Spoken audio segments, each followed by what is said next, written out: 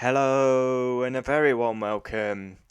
2021 team ratings. Now we usually do driver ratings, we do season ratings. A first for the channel as we're going to rate the teams. Mercedes won an 8th constructors. Red Bull won the drivers. And yeah, we're going to rate all 10 teams out of 10.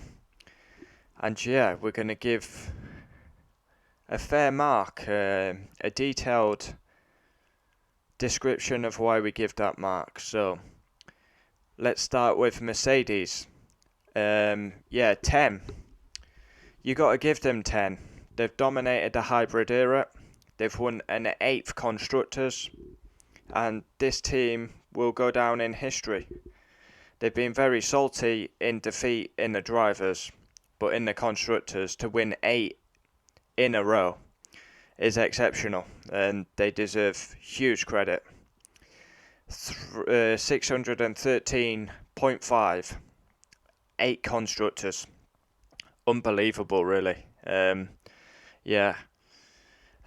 course, they lost out on the drivers, but that is history for Mercedes. Red Bull, 10. You got to give them 10. They gave us a title fight this season. They were close to winning the constructors, and maybe possibly could have won the constructors if Perez had scored more points. Perez was 200 off his teammate, and that's probably a big factor why Red Bull didn't win the constructors. People will say Silverstone, Baku, yeah, but if my auntie was my uncle, she'd have a pair of nuts. That's what Formula One's about, these moments. Yeah, they gave us a great fight, Red Bull. Very close to winning the constructors. You got to give them 10, as they score 585.5. On to Ferrari, and again, I'm going to give them 10. I really think they've had an exceptional season. What a turnaround by Ferrari. They were so poor with they had such a bad car in 2020. It was quite toxic at Ferrari, and they've really transformed this season. To finish third in the constructors is actually a brilliant achievement by Ferrari. Carlos Sainz, Charles Leclerc, very consistent. And yeah, I think that's an exceptional turnaround by Ferrari.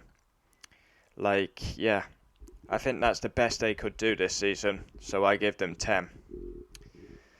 McLaren, 8. I was hoping they could retain third in the constructors, but they finished 4th. It was a good season, but they won a race at Italy, but Daniel Ricciardo just didn't score enough points, and McLaren were left wanting in 4th place. McLaren have made lots of progress. Bit of a step backwards as they've gone from 3rd in the constructors to 4th.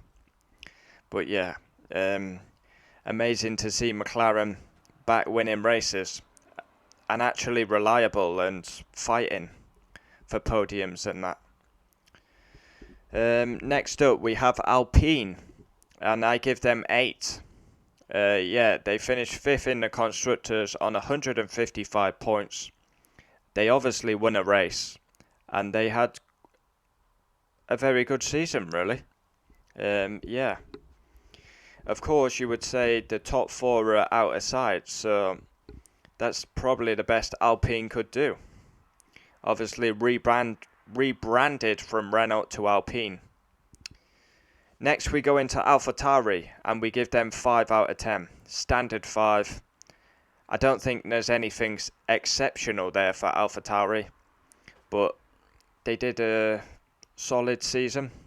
Again, if Yuki Tsunoda scores the same points Gasly does, Alfatari are having one of their best seasons of all time. They had an exceptional season, Alfatari, but yeah, this is where it boils down to. Constructors is about the team. So if you've got one driver performing and the other isn't, then you're going to be left wanting and find. And that's what's really happened to Alfatari. Could have been a lot better than 6. Aston Martin. Now, I give them 4. Very disappointing, Aston Martin. Think about it, when they were Racing Point, they were fighting for 3rd and 4th in the Constructors. I'm pretty sure Sebastian Vettel would have been hoping for similar, but Aston Martin finished 7th on 77 points. That's a dreadful season. It really is. Absolutely poor. I think 4 is actually generous, looking at it now. I mean, wow. Poor season by Aston Martin, and Sebastian Vettel definitely would have been expecting better. Williams. Now I give Williams 7. Williams deserve a big... They were the worst team a couple of years ago. They're making progress. They're making strides. They scored 23 points. And yeah, they finished 8th in the Constructors ahead of Alfa Romeo. I think that's a fantastic achievement by Williams. Maybe should have given them 8, to be honest. But yeah, they've made progress. They were the worst team, and they're up to 8th. And the money is huge for these teams. Alfa Romeo won. They finished 9th in the Constructors. A huge brand, Alfa Romeo. A shocking season. Really poor. Absolutely awful. They scored 13 points. Kimi Räikkönen scored the majority of them. Just a dreadful season. To finish behind Williams for Alfa Romeo, that is huge. And obviously that will hamper them. They've got a brand new driver lineup for 2022. Let's see what happens. Haas, 0. Just didn't develop the car, and it showed. 1 second, 2 seconds off the pace continuously. A massive, difficult season for Haas, F1. Yeah, they're putting all their eggs in the basket of 2022. So let's run down all 10 teams. Mercedes 10, Red Bull 10, Ferrari 10, McLaren 8, Alpine 8, Alfatari 5, Aston Martin 4, Williams 7, Alfa Romeo 1, Haas 0. So there we have it, team ratings for the 2021 season. All 10 teams rated out of 10 for their season.